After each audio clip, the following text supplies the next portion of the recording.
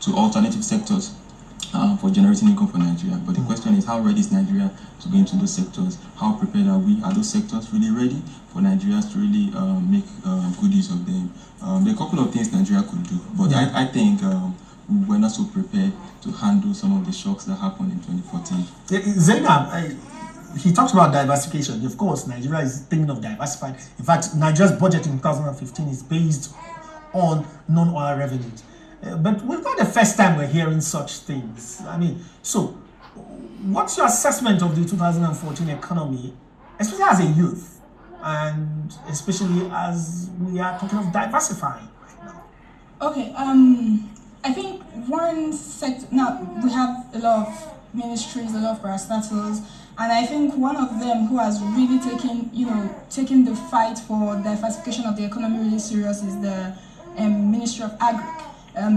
We know that we've been trying to get our youth to go back to the farms, trying to promote agriculture, and before the end of last year, I was able to go for an event where the Ministry of Agric put together, and I was really impressed by the work that they had done. They had gotten youth, and they didn't only, I think it's safe enough to say right now that anybody who wants to go into farming, who is a Nigerian, is giving a lot of encouragement. And I think a lot of other ministries, a lot of other sectors should, follow in the footsteps of what the agric sector is doing. Try to draw in. We know that India, a lot of the money that they make doesn't come from oil, it comes from technology. So there are so many opportunities that we should also be looking at. E-commerce is becoming a big business right now in Nigeria, and slowly people are going towards it with the coming of Jumia and Konga and those other companies. More young people are interested in this kind of businesses. So I think 2014 is good. It's more of it portends a lot, and if we pick up the pace that we had in 2014 that we created and we follow it up, there's a lot that we can do in 2015. Now, do you think, Doyin, that the Nigerian government is very, it listens to its youth, especially as it concerns the economy? Do you think it listens to its youth? Do you think the voice of the youth is even heard? Do you think the youth even have a voice? Well, I think the youth have a voice in Nigeria, but the question is on what scale? Nigeria is a large country, a large economy, and so if the Nigerian government is doing anything to support entrepreneurs or business owners in Nigeria, young business owners in Nigeria, I think they should be doing that on a larger scale. If you're supporting 100 people out of just 10 million, or you're supporting 1 billion out of 100 million, then you know that the margins are really low. And so for me, I think the youth of Nigeria are being heard, but now the scale is so low, the government needs to do more. The best the government can also do is to provide infrastructure and make a level playing field for small businesses. Now talking about the austerity measures the Ministry of Finance is putting in place, or the federal government is putting in place to also improve our economy in 2015. They are talking about cuts, reducing spending, also increasing lending rates. How does that help a small business now? You see, all of that, some of those things are factors that don't really help us. Talk about roads, transportation. I went to, tourism too. I went to Ghana in December, and I was surprised to see that they don't have so much as we have in Nigeria. But what they've done is that they've taken advantage of what they have. I went to Kakum National Park, and I was made to pay about 20-something cedis, just about 2,500 naira for visiting the park. You see, we have so much of those things in Nigeria, but now the government has not done so much to prepare those facilities, those infrastructure in place.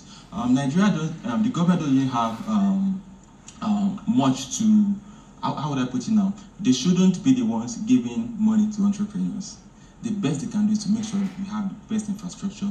We have telecoms, we have power, we have roads, we have transportation, we have good lending rates from banks. Today, Nigerian banks give us loans at between 25% to 30%.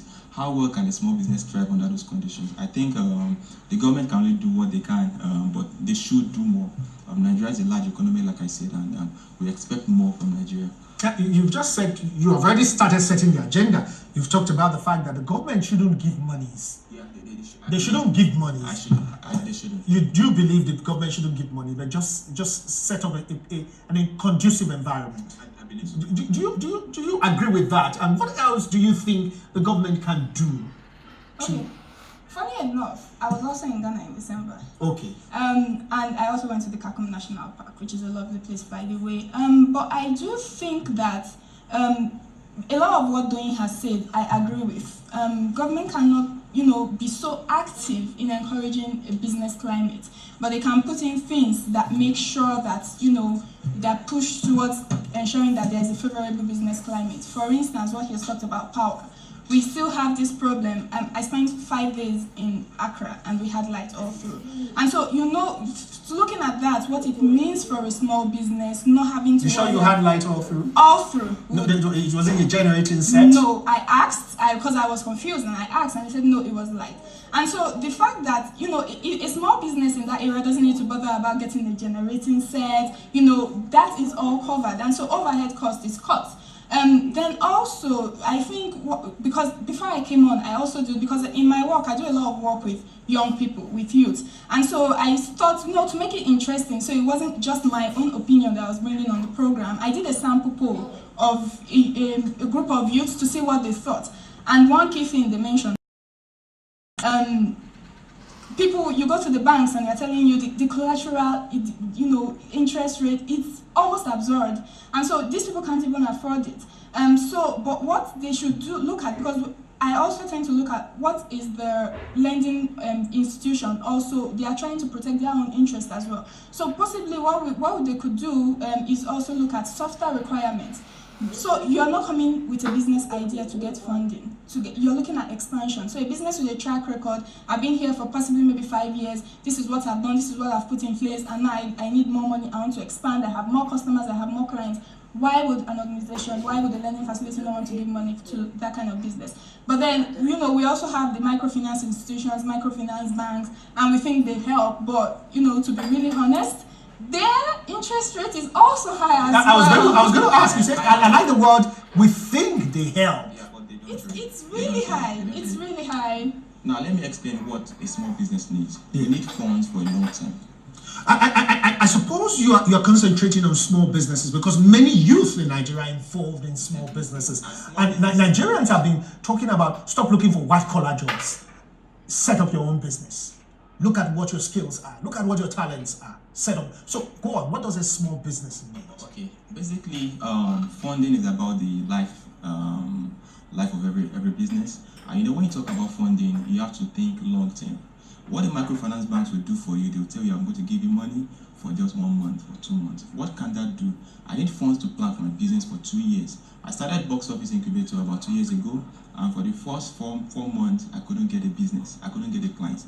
Not because it wasn't a brilliant idea, but because a small business needs time to grow, and that's why I call it small business. And so the normal processes I needed to learn in business, I was faced with those businesses, with those challenges.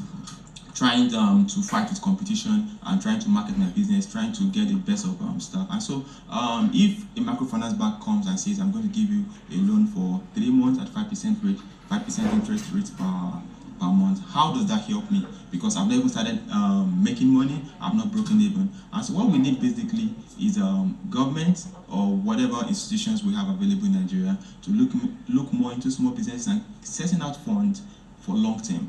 And now there's a 220 billion central bank intervention fund. This is not the first time we're having intervention funds. Someone was telling me, I told him I was going to investigate this story about some funds that were given as intervention funds so many years ago, and he signed for the loan but never got a dime. But his name was put as one of those who got the loan. I don't know. Have you ever asked for a loan? Yes, definitely. And has it been given to you? At what rate? I've not gotten a loan from any bank before. Primarily because of collateral. Because they tell you if you need to get a loan, say 10 million naira, bring a collateral that's what about 120% of that. So I should bring a property, a landed property, or a house about one. And probably you have just finished school. Definitely. And so the question is, where do I get a house? You understand, or where do I get a land in Abuja? But I have a business where people or the financial institutions are not really interested in. Well, you can't blame them because they're also in business. For instance, I started with a bank, and when I was starting my business, I wrote my business plan and I went to the bank and they told me, okay, because you're a young entrepreneur, start the business for 6 months. Let's see how you do. Let's see your turnover. And after 6 months, I had done a turnover of about 10 million naira. And I went back to that team bank for support and they said, go and make a feasibility study. For instance, I'm asking. After your business has started, and you had made a turnover from 10 million naira, which can be shown from my account statements. Them, you understand? And so the question is that they don't even have the capacity to help small businesses. That's what I was even saying. What I really wanted was for them to get more interested in my business. So you don't have to give me cash. You understand? You could have a lot of vendors. For instance, I have a lot of capital expenditure. I do construction. I build offices, and so you could help me with some of those capital expenditure to reduce my expenses. But they were not willing to do that, and so that's when I knew that these banks actually don't have the capacity to help. No, you seem to be saying something very strange, actually, because I see a lot of adverts on television with our banks where they say you're my partner, I'm your partner, I'm your friend, I'm your number one. I love you. I will do everything for you. Are you telling me that they aren't doing anything for you?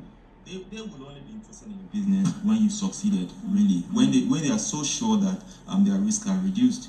And most times when people get loans from banks, it comes with a collateral. You understand? The stakes are so high. And so where do small businesses get collateral? I would prefer a model where banks themselves can come and partner with small businesses. They can possibly invest in these businesses.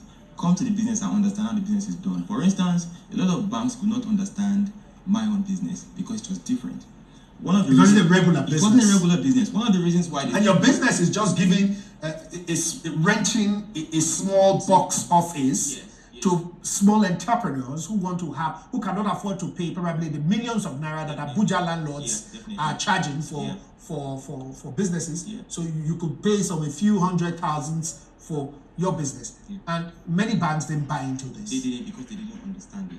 Now they understand regular businesses. You buy bags of rice and you sell. They can see the margin is tangible. But not so many of them are innovative. They are not so new in their thinking. And so what we need in Nigeria are forward-thinking institutions. And how can the government assist in this? Forward-thinking banking institutions. The government has to be open. That's probably the regulator. Talking about government now. We're talking about the regulator, Central Bank of Nigeria. Okay, let's go to agriculture now. We're talking about diversifying the economy. Our best bet is in two sectors, agriculture and tourism. But the question is, how much infrastructure has the government done in these sectors? I went to Kishi in Oyo State at December. My wife's family to visit them. And I went to a farm where they had a lot of yam. You understand? Kishi has abundant yam, great place. But I also discovered that the best we do with all of this agricultural produce is to eat them. You understand? And when we don't get people to buy to eat, then it begins to rot away. You understand? What about transportation system? What happens to the rail sector? Because you see a lot of those lorries coming from Lagos to pick yam to Lagos, and so it's a lot combined. One derailed the other time. Anyway, Zainab, would we say that banking institutions, because government alone we see are not the only ones who the youth want something from. They want something from the banks. Would we say the banking institutions in Nigeria have become failures? I wouldn't say that actually, because like he said, the banks tend to select who they want to give their money. They put their money where they have almost a 98%, 99% assurance that they are getting their money back. I've heard a lot of horror stories from banks that they've given out money, they've given out loans, and people just disappeared into thin air. So they're more risk averse. Yes, they are just trying to protect their own interests, trying to be very safe, playing safe. But what I think, like the organization I work for, Growing Businesses Foundation, because I think there are other areas where people can look for this funding and can get this funding. They shouldn't restrict their thinking, where they get their money from, to banks. Like the Growing Business Foundation, we've done a lot of work giving out loans, but mostly we're focused on rural areas, underdeveloped communities, where these people, you have fishermen, you have traders, petty traders, you have farmers who have their little farmland, but nobody's willing to, they can't even go to the microfinance banks. So they come to us, they organize themselves into cooperatives, and they come to us and we say, okay, look, you're interested in this, we'll help you, we'll give you this amount of money, pay back over, sometimes we give them a year. Sometimes they're paying as little as 1,500 in a month. And but for your organization to be able to give out those loans, you need to be liquid. How liquid are you? We usually what we do is, because we are a corporate social responsibility, experts. So these funds come from huge multinationals and corporations who want to put their money into developing these communities. So they say, okay, you know what, we want to invest, because CSR doesn't always mean give your money away and it disappears. CSR, you could use it to continuously empower the people. So we take this money and we give it out as grants sometimes, but mostly loans, so that there's a form of accountability in what they are doing, and over time they are able to pay back this money. Last year we started another program where we worked with a huge foundation, and mostly to empower widows. So they come to us, they have their own businesses, they have their trade. So we don't give them money, we give them the tools of their trade. A tailor comes, she gets a sewing machine. A caterer comes, she gets an oven. And they pay over time as low as 2,000 naira a month, and by the end of the year, when they finish their payments, the tool, whatever. Okay, so basically, you have summed up what you want from government, especially in terms of the economy. You want a government that is more attentive to the youth, and probably a government that needs to create ways to let the youth voice be heard. Not necessarily giving money. Not necessarily giving money, yeah, but providing a conducive environment for the youth to run businesses that will thrive. Yes. Thank you very much, Doyin, for coming on Global Business. It's been wonderful having you. Zainab, thank you very much for coming on the program. We've had Doyin Adewola, who is the founder and chief executive officer of Box Office Incubator. They provide affordable services and business incubation services for small businesses and startups, based right here in Abuja. He's been on this program looking at the Nigerian economy, what the youth want for the government. And also Zainab Haruna, who is wearing two shoes here. She's the founder of Decipher Solutions, and of course the program manager of Growing Business Foundation. Thank you again for coming on the program. It's been wonderful doing business with you this year. We did it in 2014. We'll do it in 2015 in even a better way. I'm Imne Warrior.